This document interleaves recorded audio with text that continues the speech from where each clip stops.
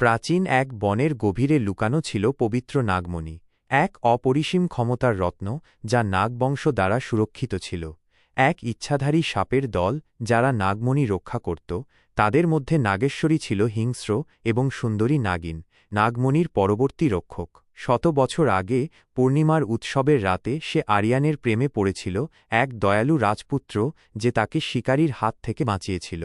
প্রেম ও কর্তব্যের দ্বন্দ্বে নাগেশ্বরী তার জাতির নিয়ম ভেঙে আরিয়ানকে ভালোবেসেছিল, কিন্তু তান্ত্রিক কালনাথ নাগমণির জন্য ক্ষুধার্ত আরিয়ানের ভাইকে তাদের বিশ্বাসঘাতকতা করতে প্ররোচিত করে। রক্তচাঁদের রাতে আরিয়ানকে প্রতারণা করে মন্দিরে নিয়ে যাওয়া হয়। এক ভয়ঙ্কর যুদ্ধে আরিয়ান নাগেশ্বরীকে বাঁচাতে গিয়ে মারা যায়, তার শেষ নিঃশ্বাসে ভালোবাসা স্বীকার করে। রাগান্বিত নাগেশ্বরী কালনাথকে পরাজিত করে, কিন্তু তাকে অভিশাপ দেয়, আমার ভালোবাসা ফিরে না আসা পর্যন্ত এবং বিশ্বাসঘাতকতার প্রতিশোধ না নেওয়া পর্যন্ত তুমি বারবার পুনর্জন্ম নেবে। বর্তমান মুম্বাইয়ে সোনালী চোখের রহস্যময়ী যুবতী শিবানী বিশ্ববিদ্যালয়ে আসে। সে নাগেশ্বরীর পুনর্জন্ম।